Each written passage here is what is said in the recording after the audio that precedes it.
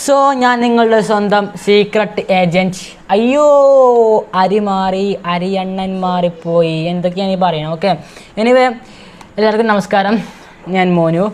നോമ്പാണ്, അതുകൊണ്ടാണ് വീഡിയോ ചെയ്യാൻ വൈകുന്നത്. നല്ല ക്ഷീണം മാത്രമല്ല, ഞാൻ പണിക്കും പോകുന്നുണ്ട്. ഓക്കെ, ഒരുപാട് പേരുണ്ട് പോയി പണിയെടുത്ത് ജീവിക്കണം. അപ്പോൾ പണിക്കും പോകുന്നുണ്ട്, നോമ്പ് നോക്കും, പണിക്കും പോവും, വൈകുന്നേരം വന്ന് വീഡിയോ ചെയ്യും. അന്തസ്സി ഇങ്ങനെ വേണം അരി ഉണ്ടാക്കാൻ. ഓക്കെ, എനിവേ അപ്പോൾ അതിൻ്റെ ക്ഷീണം, പണിയെടുക്കുക, നോമ്പെടുക്കുക, പിന്നെ നോമ്പ് തുറന്നു കഴിഞ്ഞാൽ പിന്നെ ഭയങ്കര ക്ഷീണം. അറിയുന്നവർക്കത് പണിക്കുന്നവർക്ക് അറിയാം എങ്ങനെ ആയിരിക്കും. ഓക്കെ, അപ്പോൾ നോമ്പ് പറഞ്ഞാൽ ഭയങ്കര ഉറക്കമായിരിക്കും. പിന്നെ എന്തായാലും വീഡിയോ ചെയ്യാൻ പറ്റില്ല, കാരണം അരിയാസനം. ഓക്കെ, എന്തായാലും കാര്യത്തിലോട്ട് കിടക്കാം. അഖിൽമാരാറാണ് നമ്മൾ ഇന്നത്തെ ടോപ്പിക്. ഓക്കെ, ഇന്നലാണ് നമ്മൾ അഖിൽമാരാർ ബിഗ് ബോസിലെ ക്യാപ്റ്റൻ ആയത്. എനിവേ ബിഗ് ബോസ് ഹൗസിന് പുറത്ത്, അല്ലെങ്കിൽ ബിഗ് ബോസ് സീസൺ 5 ഹൗസിനുള്ളിൽ ഏറ്റവും സ്ട്രോങ് മത്സരം അടുത്താണെന്ന് ചോദിച്ചാൽ ഞാൻ നിങ്ങളോട് പറയും അത് അനിയന്മിതല്ല, അത് അഖിൽമാരായിരിക്കും. അവിടെയുള്ളവർക്കൊക്കെ അഖിൽമാർ ഇപ്പോൾ ക്യാപ്റ്റനും കൂടിയാണ്, ഒരു എക്സ്ട്രാ പവർ ഉണ്ടാവില്ല, ക്യാപ്റ്റന് ഒരു പവർ ഉണ്ടാവും അഖിൽമാരാറിന്. സോ അത് ഡെഫിനറ്റ്ലി അദ്ദേഹത്തിനുണ്ട്. എന്നാൽ അദ്ദേഹത്തിന് ഭയങ്കര സംസാര ശേഷിയാണ്, അദ്ദേഹത്തിന് ഭയങ്കര ഒരു കാര്യം കൈ കിട്ടുക, അതിനൊരു കണ്ടൻറ്റാക്കി മാറ്റാനൊരു ശേഷി അദ്ദേഹത്തിനുണ്ടാവും. അത് ഇല്ലെന്ന് പറഞ്ഞില്ല. അങ്ങനെ തന്നെ അദ്ദേഹം ബിഗ് ബോസിലൂടെ കയറിയതൊക്കെ. ഇനി അഖിൽമാരാർ ബിഗ് ബോസിലൂടെ കയറി കഥ അറിയാത്തവർക്ക് ഞാൻ പറയാം. അഖിൽമാരാർ നമ്മുടെ സീക്രട്ട് ഏജന്റ് പറഞ്ഞ യൂട്യൂബുണ്ട്, സായി കൃഷ്ണൻ പറഞ്ഞ ചേട്ടന് ഉണ്ണിമുഖല്ല, എന്താ സിനിമേൻ്റെ പേര്, രാജകുമാരനോ മാളികാപ്പുരം പറഞ്ഞ സിനിമ ഉണ്ട്, ഉണ്ണിമുഖത്തിൻ്റെ. ആ സിനിമയെ കുറിച്ച് മൂപ്പർ റിവ്യൂ ചെയ്തു. ആ റിവ്യൂക്കെതിരെ ഉണ്ണിമുഖത്തെ വിളിച്ച് തെറി വിളിച്ചെന്ന് പറഞ്ഞാൽ സംസാരിച്ചത് തെറിയായി മാറി, സ്വാഭാവികം. അങ്ങനെ അത് ന്യൂസായ സമയത്ത് അവിടെ അഖിൽമാരാർ കയറി ഇടപെട്ടു. അദ്ദേഹം ഒരു പവർഫുൾ കാച്ചിലങ്ങ് കാച്ചിയൊക്കെ ഞാൻ കേൾപ്പിച്ചുതരാം. ഓക്കെ, 3, 2, 1. ഞാൻ സംസാരിച്ചു തുടങ്ങുന്നുണ്ട്. നമ്മുടെ കേരളത്തിലുള്ള ഒരുപാട് യൂട്യൂബ് റിവ്യൂ ചെയ്യുന്ന ആൾക്കാരുണ്ട്, ഒരുപാട് യൂട്യൂബിൽ നിന്ന് വരുമാനം നേടുന്ന നിരവധി വ്ളോഗേഴ്സ് ഉണ്ട്. അപ്പം ഏതെങ്കിലുമൊക്കെ രീതിയിൽ ഞാൻ നിങ്ങളെ എല്ലാവരെയും ചേർത്ത് പറയുന്നതായിട്ട് നിങ്ങൾ കാണരുത്. കാര്യം നമ്മുടെ നാട്ടിൽ പലതരം പൂക്കളുണ്ട്, മുല്ലയുണ്ട്, നല്ല മണമാണ്, ചവന്നാറിയുണ്ട്, തീട്ടനാറിയുണ്ട് എന്നൊക്കെ പറയുന്ന പലതരം പൂക്കളുണ്ട്. ഇതൊക്കെ ഇഷ്ടപ്പെടുന്ന വിവിധ ആൾക്കാരുണ്ട്. അപ്പം നിങ്ങളൊക്കെ എല്ലാവരും ഈ പൊതുവായിട്ട് പറയരുതെന്ന് പറഞ്ഞുകൊണ്ടാണ് ഞാൻ ഈ വിഷയത്തിലേക്ക് സംസാരിക്കാൻ ആഗ്രഹിക്കുന്നത്. അപ്പോൾ ഇവർ സിനിമ ഉണ്ടാക്കുന്നതൊക്കെ പറഞ്ഞാൽ വളരെ ഈ പരിപ്പോട് ഉണ്ടാക്കുന്നതിനെക്കാട്ടി വളരെ ലളിതമായ, വളരെ എളുപ്പമുള്ള ഒരു പരിപാടിയാണ്. കാര്യം വളരെ എന്നോട് അഭിലാഷിപ്പുണ്ട്. അഭിലാഷം 4 വർഷങ്ങൾക്ക് മുമ്പ് ഈ സിനിമയുടെ തിരക്കഥ മറ്റൊരു സംവിധാനം, ഇപ്പോൾ ഞാൻ ആ സംവിധാനം ഒപ്പം ഉണ്ട്. അദ്ദേഹം ഇത് സിനിമ ചെയ്യാൻ വേണ്ടിയിട്ട് തീരുമാനിച്ചിരുന്ന സിനിമയാണ് 4 വർഷങ്ങൾക്ക് മുമ്പ്. അന്ന് ഉണ്ണിമൂന്നൊന്നും അല്ല ഈ സിനിമയുടെ നായകൻ എന്ന് പറയുന്നത്. മറ്റുള്ള പലരോടും സംസാരിച്ച് ഏറ്റവും അവസാനം ഇവർ ഉണ്ണിയിലേക്ക് എത്തിച്ചേരുകയാണ് ചെയ്യുന്നത്. അപ്പോൾ അതുകൊണ്ട് ഞാൻ അതിന് മുമ്പ് നമ്മൾ ഈ പറഞ്ഞ ഈ വിഷയവുമായി ബന്ധപ്പെട്ട കാര്യങ്ങളിലേക്ക് ഞാൻ കിടക്കാം. അപ്പോൾ ഉണ്ണിമൂന്നിന്റെ ചെറുപ്പക്കാരൻ ഗുജറാത്തിൽ നിന്ന് +2 ഒക്കെ കഴിഞ്ഞതിന് ശേഷം സിനിമയിൽ അഭിനയിക്കാനുള്ള ആഗ്രഹമായിട്ട് അയാൾ വരുന്നു. ലോഹി സാറിനെ പോലുള്ള മലയാളത്തിന്റെ ഒരു അതുല്യ പ്രതിഭയ്ക്കൊപ്പം അദ്ദേഹം ശിഷ്യനായി വർക്ക് ചെയ്യുന്നു. അങ്ങനെ ഒരുപാട് കാലം കഷ്ടപ്പെട്ട് സിനിമയിൽ നായകനായിട്ട് അഭിനയിക്കുന്നു. പിന്നീട് ഇങ്ങനെ ഇരുന്ന് അദ്ദേഹം ഇന്ന് ഈ പറയുന്ന അവസ്ഥ വരെ എത്തി. അതൊക്കെ എന്ന് പറഞ്ഞാൽ വളരെ എളുപ്പവും വളരെ ലളിതവും അനിയത സാധാരണമായിട്ടുള്ള ഒരു കാഴ്ചയാണ് കേരളത്തെ സംബന്ധിച്ചത്. കാരണം കേരളത്തിൽ എല്ലാവർക്കും വളരെ നിസ്സാരമായി പറ്റുന്ന കാര്യമാണ്. പക്ഷേ അങ്ങനെയല്ല ഒരു യൂട്യൂബ് ചാനൽ തുടങ്ങുക, ഒരു യൂട്യൂബ് ബ്ലോഗർ ആകുക എന്നൊക്കെ പറഞ്ഞാൽ. കാര്യം ഒരു ഇമെയിൽ ഐഡി ഉണ്ടാക്കുക എന്ന് പറഞ്ഞാൽ തന്നെ എനിക്ക് തോന്നുന്നു ഇപ്പം ഈ സീക്രട്ട് ഏജന്റ് എന്ന് പറഞ്ഞാൽ FBI-ലോ CIA-ലോ അതോ മൊസാദിലോ ഒക്കെ വർക്ക് ചെയ്തിട്ട് വന്നിട്ടുള്ള എക്സ്പീരിയൻസ് കൊണ്ടിട്ട് ഒരു മറ്റാർക്കും സാധിക്കാത്ത രീതിയിൽ ഒരു ഇമെയിൽ ഐഡി ഉണ്ടാക്കണം. ആ ഇമെയിൽ ഐഡി വെച്ചിട്ട് ഒരു യൂട്യൂബിൽ നിന്ന് ഒരു അക്കൗണ്ട് ഉണ്ടാക്കണം. ചെറിയ കാര്യമാണോ ഇതൊക്കെ എന്ന് പറയുന്നത്? മലയാളത്തിൽ ഒരു മനുഷ്യനും സാധിക്കാത്ത, മലയാളികൾക്ക് സ്വപ്നം മാത്രം കാണാൻ പറ്റുന്ന ഒരു വലിയ പരിപാടി ഇവർ ചെയ്യുന്ന യൂട്യൂബ് ചാനൽ തുടങ്ങിയിട്ട് നാട്ടിൽ മാനവ മര്യാദയ്ക്ക് ജീവിക്കുന്ന ആൾക്കാരെ തന്തയ്ക്ക് നൽകി വിളിച്ചിട്ടാണ് ഇവർ പരിപാടിയായിട്ട് ഇറങ്ങുന്നത്. ഇപ്പം ഞാൻ മാനവ മര്യാദയ്ക്ക് ഒരുമാടി പോയി നിന്ന് കഴിഞ്ഞാൽ ആരും നമ്മളെ ശ്രദ്ധിക്കുന്നില്ല. പക്ഷേ അതേസമയം ഞാൻ തുണിയില്ലാതെ പോയി നിന്നാലോ യൂട്യൂബിലുള്ള കംപ്ലീറ്റ് ആൾക്കാരും കൂടും. ഇത് കണ്ടിട്ട് ഞാൻ വലിയ സെലിബ്രിറ്റി ഞാൻ വിചാരിച്ച ഞാനും ഇരിക്കും.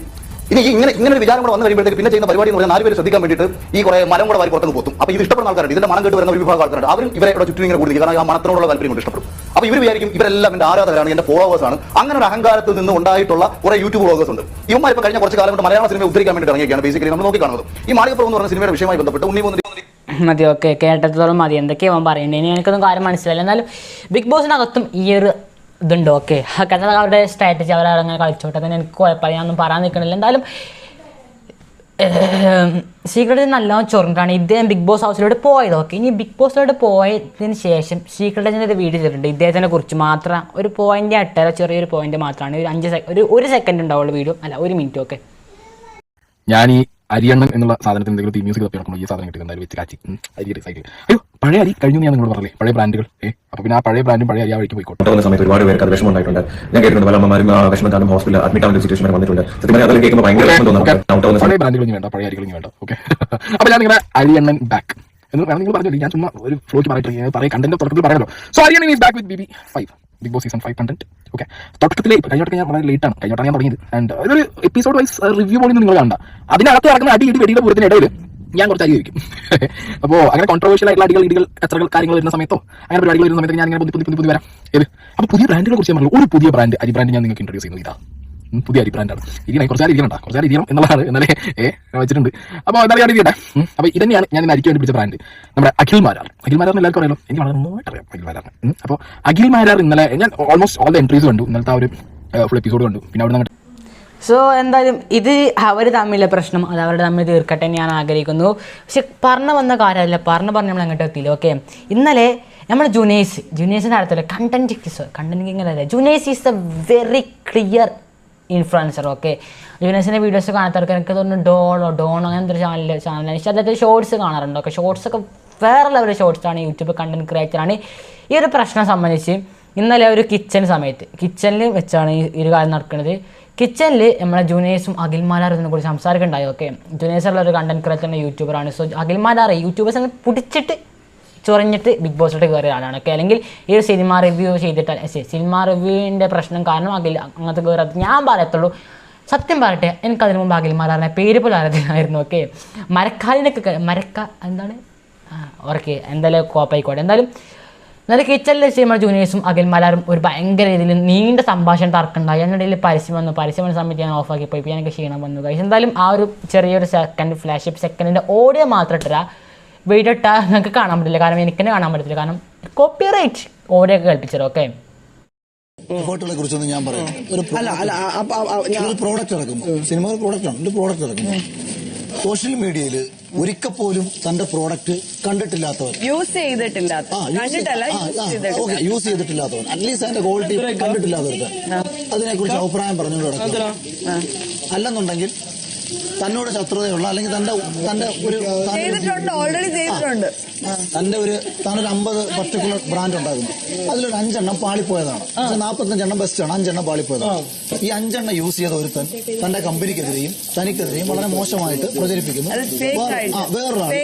വേറൊരാള് ആ അഭിപ്രായത്തെ കേട്ടിട്ട്, അതായത് തന്റെ കമ്പനിയെ കുറിച്ചോ തന്റെ പ്രോഡക്റ്റിനെ കുറിച്ചോ ഉപയോഗിക്കുകയോ യൂസ് ചെയ്യുകയോ ഒന്നും ചെയ്യാത്തൊരു വ്യക്തി അത് ഏറ്റുപിടിക്കുന്നു. അവൻ അത് വീണ്ടും പ്രചരിപ്പിക്കും. അത് ബാഡാണ്. അവൻ പറഞ്ഞത് 5 മിനിറ്റ് മുമ്പ് ജുനൈസ് പോലും പറഞ്ഞതാ. ഞാൻ ചോദിച്ചു ജുനൈസ് എന്താ മറ്റു ആദ്യം ഒരു കാര്യം കമ്പയർ പോലും രണ്ടും എക്സ്ട്രീം ആണ്. ഒരിക്കലും അല്ല. ഇപ്പൊ അല്ല പറയാൻ പറ്റില്ല. താരതമ്യം ഭയങ്കര തെറ്റാണ്. സംസാരിക്കാൻ അറിയാമെന്ന് ഭയങ്കരമായിട്ട് പറയരുത്. അല്ലടോ, താൻ എന്നെ കാണുന്നതിന് ഞാൻ പറഞ്ഞില്ലേ, എന്നെ കാണുന്നതിന് കേട്ടറിവിൽ നിന്ന് എനിക്കൊരു ധാരണ ഉണ്ടായിരുന്നല്ലോ ഞാൻ എന്തായാലും കേട്ടറിവിൽ നിന്ന്. ആ ധാരണ സഹകരിച്ചപ്പോ മാറിയെന്ന് നീ പറഞ്ഞില്ലേ? മാറിയില്ലേ? അതെന്തുകൊണ്ടാണ്? നീ എന്നെ മനസ്സിലാക്കി, അല്ലെങ്കിൽ നമ്മൾ തമ്മിൽ സംസാരിച്ചു. അപ്പൊ ആരുടെയും അഭിപ്രായം കേട്ടിട്ട് അഖിൽമാരാർ കുഴപ്പക്കാരനാണെന്ന് ജുനൈസ് ചിന്തിച്ചു വെച്ചാൽ അത് ശരിയാണോന്നാ ഞാൻ ചോദിക്കുന്നത്. അതാ ഞാൻ കുറച്ചൊന്നും എല്ലാം അങ്ങനല്ലേ.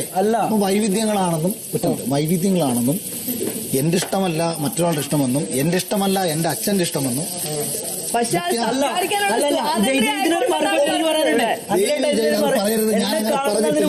എന്നെ കാണുന്നതിന് മുമ്പ്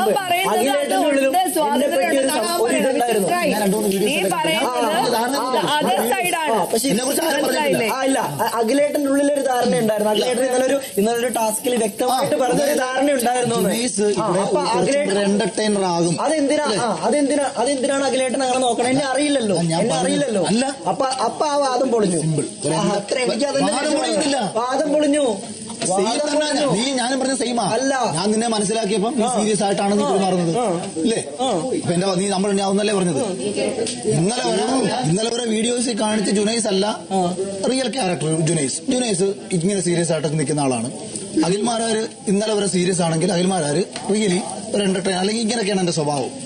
അപ്പൊ മനസ്സിലാക്കുമ്പോഴല്ലേ സംസാരിക്കാനുള്ള കഴിവുണ്ടെന്ന് വെച്ചിട്ട് നമുക്ക് ഏത് രീതിയിലും ചർച്ചയെ മാനിപ്പുലേറ്റ് ചെയ്ത് കൊണ്ടുപോകാനുള്ള ചിലപ്പോൾ നിങ്ങളെ കഴിവായിരിക്കും. പക്ഷെ പൊന്നുകുട്ടാ, ഞാൻ നിന്നോട് ഇത് പറഞ്ഞ ഇത് തന്നെ അല്ല, അത് മാനിപ്പുലേറ്റ് കൊണ്ടുപോകുക എന്നുള്ളത് നിങ്ങളുടെ ഒരു കഴിവായിരിക്കും. പക്ഷെ തിരിച്ചു പിടിച്ചാൽ മതി. ഞാൻ ഇച്ചിരി മുമ്പ് നിന്നോട് പറഞ്ഞ എന്താ, ഇന്നലെ വരെ ജുനൈസിന് എന്നെ കുറിച്ചൊരു ധാരണ ഉണ്ടായിരുന്നു. അത് ഇവിടെ വന്ന് പരിചയപ്പെട്ടപ്പോ മാറി. സിമ്പിൾ നമ്മൾ രണ്ട് ഒന്നാണോ പറഞ്ഞത്?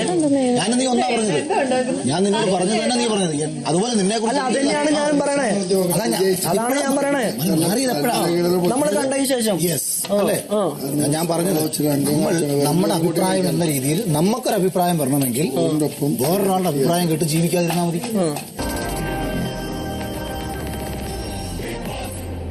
സോ നിങ്ങൾക്ക് തന്നെ കാര്യം മനസ്സിലായി കാണും.